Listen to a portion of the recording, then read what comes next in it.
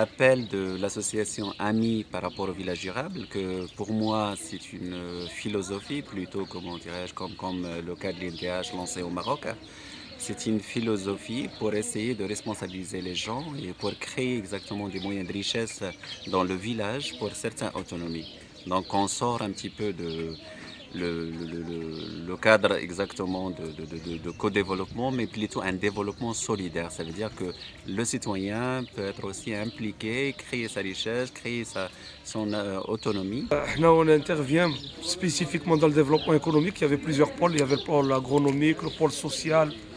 Et nous, on a été plutôt sensibilisés sur le problème de développement économique par l'insertion des métiers du bâtiment.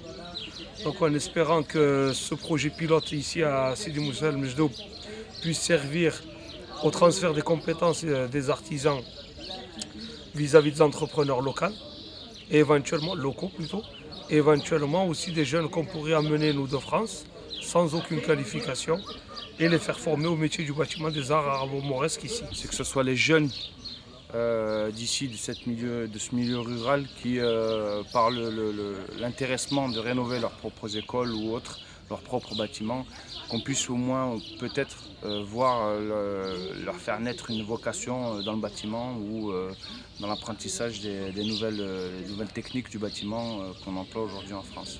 Pour aider les agriculteurs qu'ils sont, comment dire, dans un impasse très difficile où ils ne peuvent plus, par exemple, se permettre de vendre leurs produits au prix réel. Et c'est ça qui nous fait, comment dire, réfléchir et penser que l'agriculture soit gagnant plus que le vendeur. Pourquoi? C'est pour générer pas mal de postes de travail et faire augmenter la production. Dans ce cadre-là, il nous a semblé tout à fait naturel de s'inscrire dans la démarche village durable qui est ici en expérimentation à Sidi Moussa El Mejdoub, parce qu'elle est de nature à nous aider à transposer ce modèle chez nous là-bas, dans la région d'Adda, de manière à satisfaire les besoins des populations rurales locales qui ont des attentes similaires à celles que nous avons pu constater ici à Sidi Moussa El Mejdoub. J'étais très touché de l'invitation de l'Akh Idriss qui nous a invités pour participer à l'idée qui était extraordinaire d'un village durable. Et ça sera, Inch'Allah, le commencement et un exemple type dans le royaume au Maroc. Ces 2 jours de travail, c'était excellent. Déjà, on s'est rencontrés,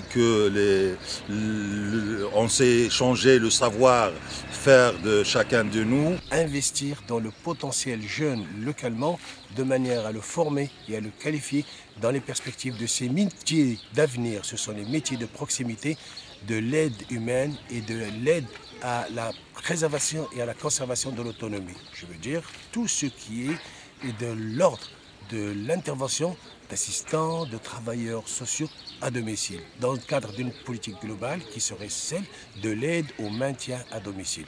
Voilà un petit peu comment je vois ma participation à ce projet que je trouve très intéressant et qui pourrait nous servir de projet pilote à démultiplier dans d'autres régions de ce pays.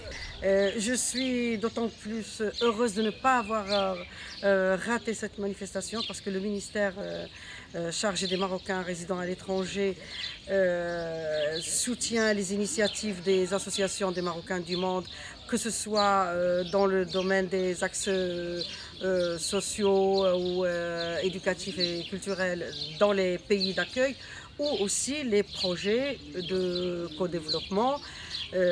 Et là, de toute manière, j'ai parlé avec les amis, je leur ai dit que bientôt le ministère va lancer un appel à projet et ils peuvent justement monter un projet qui concerne ce beau village qu'on a vu, qui concerne peut-être l'école ou le dispensaire qui, dans l'état, m'a vraiment ému et touché hier.